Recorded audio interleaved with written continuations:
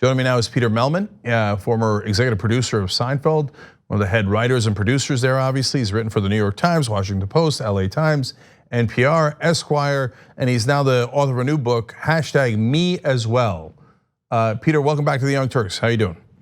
Great, it's good to see you again. Good to see you, brother. First, let's start out with, what's the book about? The book is about a Pulitzer Prize winning sports writer who's about 60 years old, incredible reputation, and he makes one questionably off-color joke about a very soft player in the NBA, somebody who doesn't like body contact and things like that.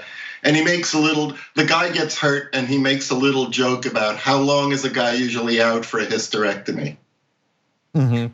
Well, the joke goes viral, and he is caught in the middle of the whole Me Too movement. It takes place in one day, 24 hours last summer.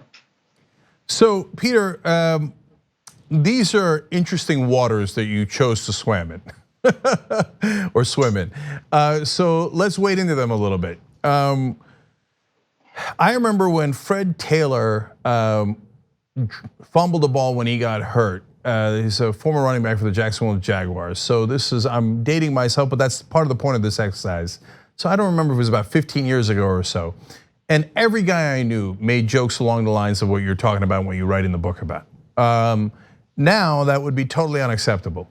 So is it right that it's unacceptable? What does it mean for it to be unacceptable? Was it right back in the day when it was acceptable? Boy, those are the tough questions, which is why you have the job you have.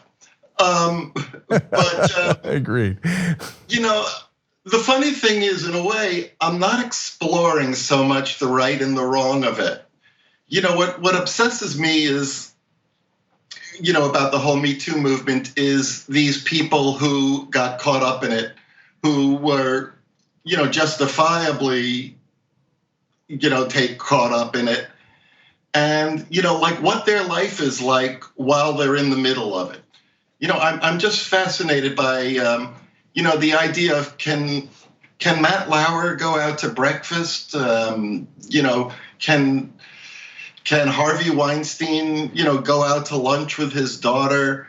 Those things are what really obsesses me about it. And plus the fact that, it hits into some of my other obsessions, which are, sports and, good journalism.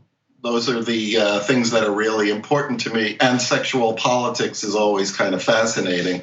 So yeah, it's dangerous waters to be treading in, but it's very hard to come up with any kind of mass conclusion about whether this is right or not. I come from a comedy background, so I naturally feel that jokes should be okay, as long as they're not unbelievably tasteless. But it's a very dangerous time to have any kind of a sense of humor. Yeah, okay, well, let's talk about that. So, yes, in terms of the content, we talk about it on the Young Turks, and we take risks by telling folks our real opinions, and then you get criticized on all sides, and it's okay. So, and I don't think it's at all controversial to say that Harvey Weinstein is a monster. Everybody agrees to that, right?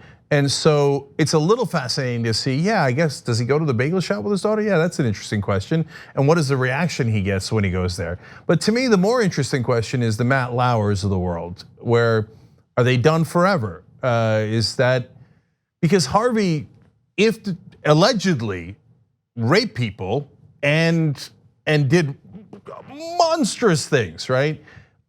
Whereas, and even this conversation, when you say whereas and then fill in the blank, there are gonna be people who say, no, there is no whereas. There is, I was gonna say whereas Aziz Ansari. And I think there is a whereas. And I think that case was far more complicated. And so. Al Franken. Now that doesn't mean that, let's take Al Franken for example, that he never did anything wrong in his life. It could be that he did some things wrong, and it could be that they set him up anyway. Both of those things could be true. So the minute that story came out, and it came from a conservative talk show, I was like, buyer beware. right? But it doesn't mean he didn't do other things, et cetera, et cetera. So those are the substance of it. But let's talk about it in terms of the comedy world, which is where you're from, right? So now there's also complications there, Peter. One is, I think too many comics are now complaining too much about this issue. Right, just go out and do a set, see if the crowd likes it, right? On the other hand, I can see how it would be chilling, especially for comics. So I'm kind of split on it. What's your take, and what do you think the take of the comic world is? Are they too burned by it? Are they too bitter about it? I don't know. Your thoughts? I think there's a lot of disingenuousness about that. A lot of comics are complaining about, they wouldn't go to a college campus when, all their other shows are $300 a ticket, which they can't charge in a college campus. That said, there's a certain amount of validity to what they're saying, and the funny thing is, you never know how people are going to take a joke. I've been toying around with stand-up for the last 3 years. In case you thought that 58 is too late to start stand-up, that's when I started. No, I love that. But I keep toying around with playing with the edges. Not that I have anything at stake, so I just do it on an experimental level, and you just never know. Sometimes the audience is going to laugh hysterically, and sometimes, they're going to go silent, or they're even going to hiss. I think by nature, a stand-up comic or anybody involved in comedy has to be brave enough to go forward and do it anyway. What's the point if you're not going to take any chances? And the great comedians out there, now they do it. Sarah Silverman is unbelievably fearless, and I think Gerard Carmichael is, fearless. And so, I think the really successful comics are the ones who take the chances. So let me ask you a couple of further tough questions, because all of these are tough. So obviously, you guys had a comic on Seinfeld who got in a lot of trouble for shouting the N-word on a number of occasions during a set. Yeah. So, I'm naturally curious. You're curious, I'm curious. So,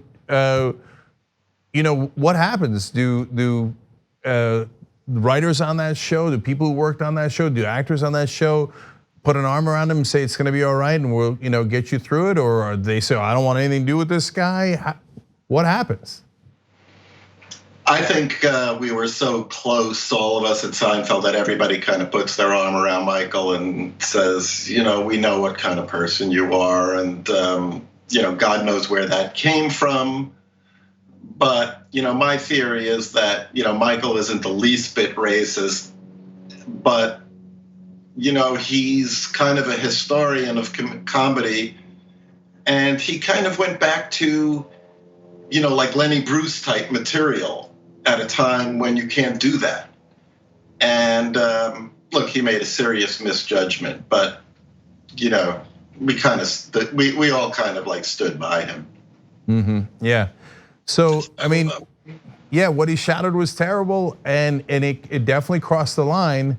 But if you know him personally and you think he's not racist, well, you're in an incredibly tough spot. You back your friend who you genuinely believe is not racist, but if you do so, you're offending a lot of people who think that's just the most unacceptable thing I've ever heard, and how could you? So I don't know that there are any answers to this. So then you write a book called #measwell, which is obviously a playoff of Me Too. I don't know if you're allowed to joke about Me Too. So have you gotten blowback on this? Not yet. Could be any minute now.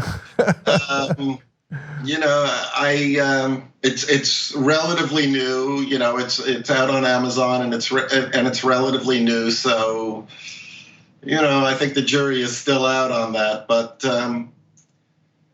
it gets to the point where, I could write the most benign kind of humor piece for the Huffington Post or the LA Times op-ed page, purely jokes, purely funny, and get the most vicious responses imaginable. Like, you can't even anticipate what the responses are going to be. So, you just got to put it out there, what you think is funny, interesting, entertaining. And, that's all you can do. You can't really anticipate what the blowback or whether there will be blowback is going to be.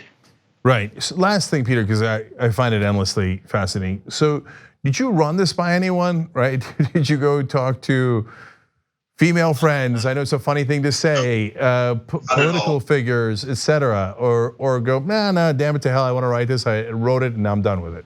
No, I sat down, I just wrote it. It took about 6 months, 8 months. And no, I'm kind of happy that I was pretty fearless about this. And, I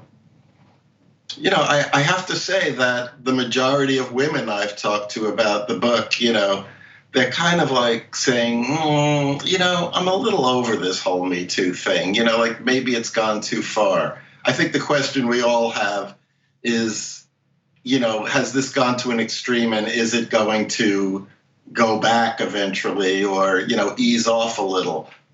And frankly, I don't see it. I actually think that, the momentum is continuing in a very dangerous direction. Yeah.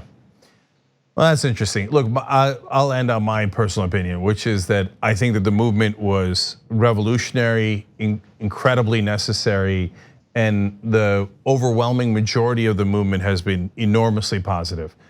Any movement can go overboard, and almost every movement does at some point. So then you begin a balancing act. I don't know if we're at the balancing act, right? And honest people can disagree about that. But I do know that the overwhelming majority of the movement was fantastic. Now we're at the point where we're debating whether the pendulum has swung too far. But given where the pendulum was, it's still a very good day in America that we're here. Yeah, it's all been a positive thing, really. I mean, I can't imagine that there's going to be another Harvey Weinstein, as far as doing what he did, in such a public and powerful position. So if that's the case, then the whole movement was more than worth it. All right, Peter Mehlman, one of the minds behind Seinfeld. And if you want to see a longer interview that I did with Peter, go to youtube.com/TYT conversation, where we talked about how he got to be on Seinfeld, etc. It's a great, fascinating story. And the book is called #measwell. Peter, thanks for joining us again. So really appreciate it. It's a pleasure always. Take care. Thanks for watching this free clip of the Young Turks. Don't forget to become a TYT member today. For more exclusive content, join now at tyt.com/join.